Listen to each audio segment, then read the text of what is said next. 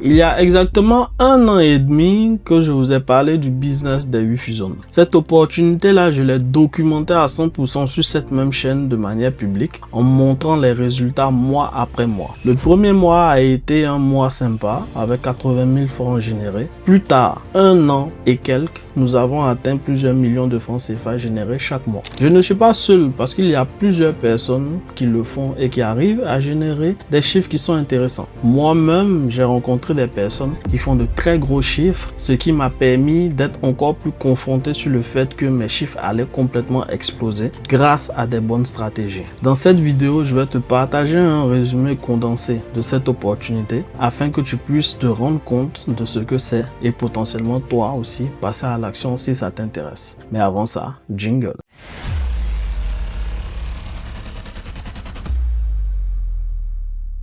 Bienvenue sur ma chaîne, moi c'est Jono Kevin, je suis expert en transformation digitale. Sur cette chaîne, je te partage mon aventure entrepreneuriale, je te partage des business qui marchent ou qui ne marchent pas. Peu importe, le but c'est de passer à l'action, de faire de l'entrepreneuriat digital, c'est ça qui me motive. Si tu as une idée d'un SaaS et que tu as envie de le développer ou tu ne sais pas comment faire, tu peux me contacter sur mon Instagram afin qu'on en discute. Tu peux prendre même un rendez-vous sur Allo Kevin. Tout ça, les liens sont en description afin que je puisse t'aider à pouvoir réaliser ton projet digital. Ne reste pas avec une idée que tu vas garder dans un carton. Si ça se trouve, c'est peut-être quelque chose de sympa. Donc n'hésite pas à me contacter afin qu'on puisse en discuter et que je puisse t'accompagner sur ton projet digital. Les amis, le business de WiFi-Zone est une très belle opportunité, surtout en Afrique, étant donné que l'Afrique est un continent sur lequel la connectivité est un enjeu majeur. L'inclusion numérique est un enjeu également pour tous les pays dans la mesure où une population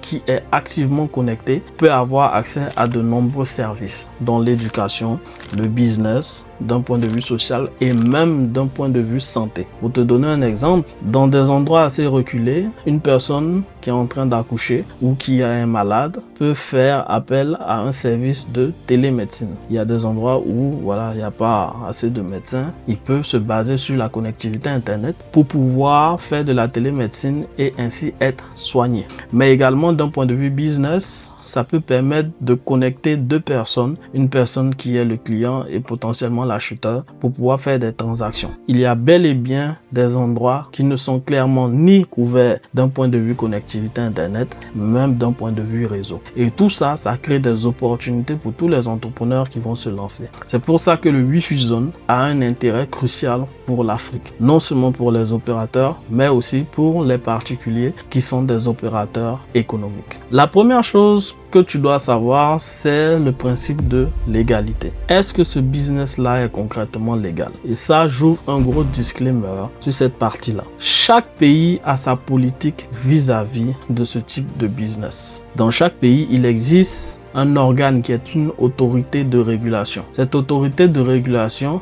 définit la manière dont les personnes qui sont dans le digital vont devoir ouvrir leur société et travailler avec des agréments et des autorisations. De la même manière dont une femme pose une table dans un carrefour est assujettie à potentiellement payer des patentes à la mairie, c'est de cette même manière que toute activité est soumise à des autorisations. Dans certains pays, il y a un cadre réglementaire pour le WiFi-Zone. Ce cadre a été établi. Les personnes doivent se conformer à ce cadre réglementaire. Dans d'autres pays, ce n'est pas très clair.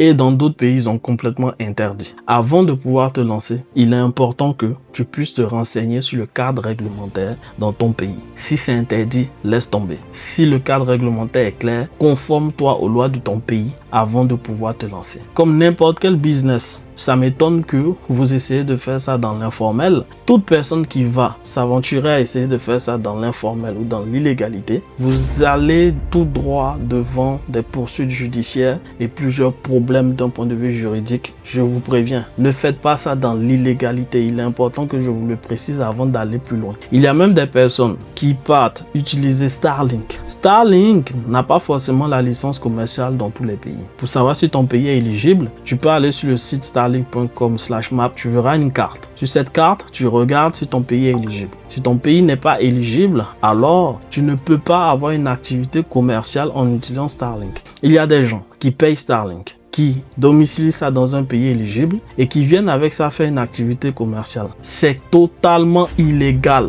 Toutes les personnes qui mettent ce système-là en place, vous êtes des fraudeurs et vous allez avoir de gros problèmes en cas de contrôle et des problèmes judiciaires. Je ne veux pas que vous vous comportez comme ça et que vous fassiez ce genre de bêtises. Ça n'a aucun sens. Si c'est comme ça que vous voulez faire votre entrepreneuriat, là, je vous demande pardon. Je ne veux pas croiser votre chemin, ni dans mon inbox, ni dans mes commentaires. Il y a plein de personnes qui viennent me demander des choses. Je leur dis que c'est complètement déraisonné, c'est complètement illégal. Mais pour autant, ils s'entêtent pour essayer de faire les choses. Jusqu'à des fois, on me demande, ah, est-ce que tu connais pas une technique pour bypasser? Mais les gars, tu fais un entrepreneuriat où toi tu bypasses et puis tu es à l'aise. C'est-à-dire vous n'avez même pas de morale. Je vous comprends pas en fait.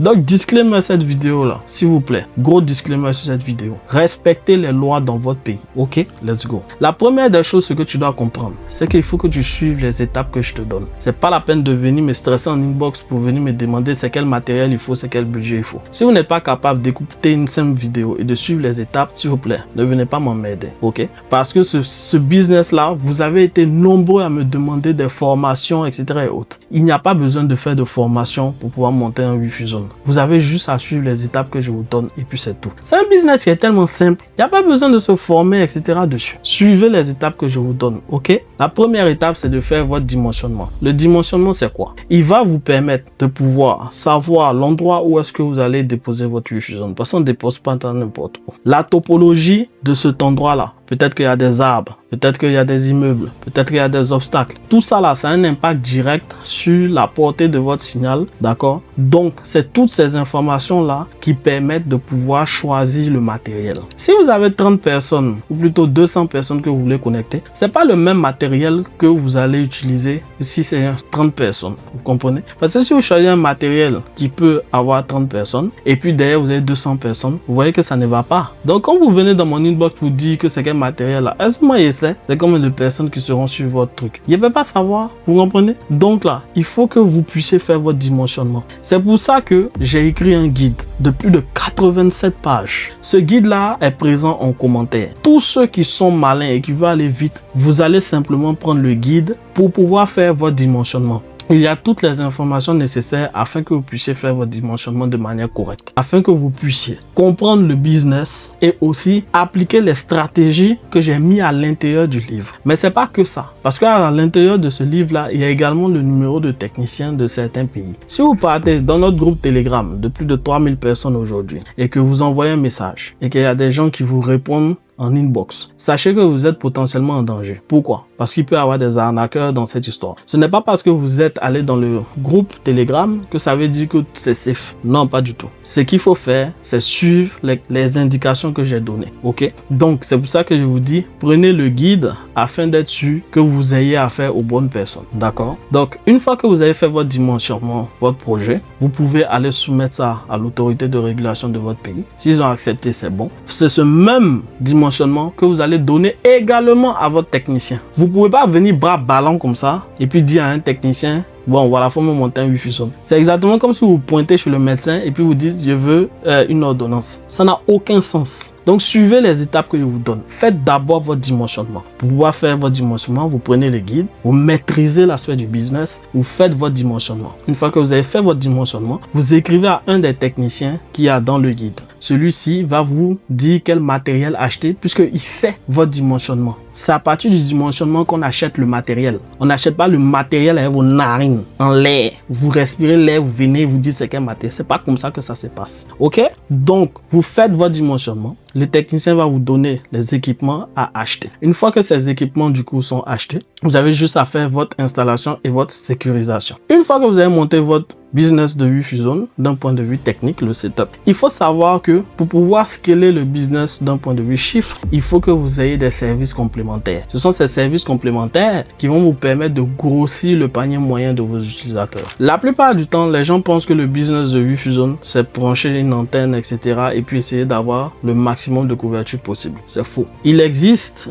dans un cas d'exemple précis. Par exemple, vous pouvez avoir une église. Cette église-là, vous mettez un Wi-Fi là-bas. Ce Wi-Fi là, les fidèles vont payer pour pouvoir se connecter à ce Wi-Fi dans le but de se connecter à potentiellement une appli où ils vont faire la dîme. Ce que vous venez de voir là, c'est aussi un Wi-Fi Zone. Imaginez 300 personnes qui 3 fois dans la semaine se connectent et payent un ticket et ensuite payent leur dîme sur le Wi-Fi Zone au travers de tickets fournis également par le Wi-Fi Zone. Est-ce que vous imaginez le chiffre que ça permet de générer? Et pourtant, ce même setup là, c'est un Wi-Fi Zone. Vous comprenez un peu? Ce que je veux vous dire par là, c'est que contrairement à ce que tout le monde fait, il existe des manières de monter des Wi-Fi Zones très simplement, précisément sur certaines niches. Et c'est celles-là qui sont même les niches les plus rentables. Des fois, tu n'as même pas besoin d'antenne. Il faut être smart. Et c'est toute cette expérience condensée là que j'ai mis encore une fois dans le guide. Donc ceux qui sont malins vont aller en description, ils vont prendre le guide, ils vont se concentrer, ils vont faire le nécessaire et ils vont se lancer parce qu'ils auront les bonnes stratégies et ils vont pouvoir faire un chiffre que les autres ne font pas. Les amis, si cette vidéo vous a plu, n'hésitez pas à vous abonner. Si vous avez des questions par rapport au Wi-Fi Zone, vous pouvez m'écrire et ensuite je vais vous répondre. Mais je répète encore une fois, si vous venez poser ce genre de questions matérielles, tout ça, ça veut dire que vous ne suivez pas les étapes que j'ai données. Si je m'en rends compte, je ne vais même pas vous répondre. Je vous en prie, suivez les différentes étapes que je vous ai données. Comme ça, ça va aller plus vite dans votre projet. J'espère que cette vidéo vous a plu. On se retrouve dans le groupe Telegram et n'oubliez pas de prendre le guide en description afin que vous puissiez vous lancer. Ciao!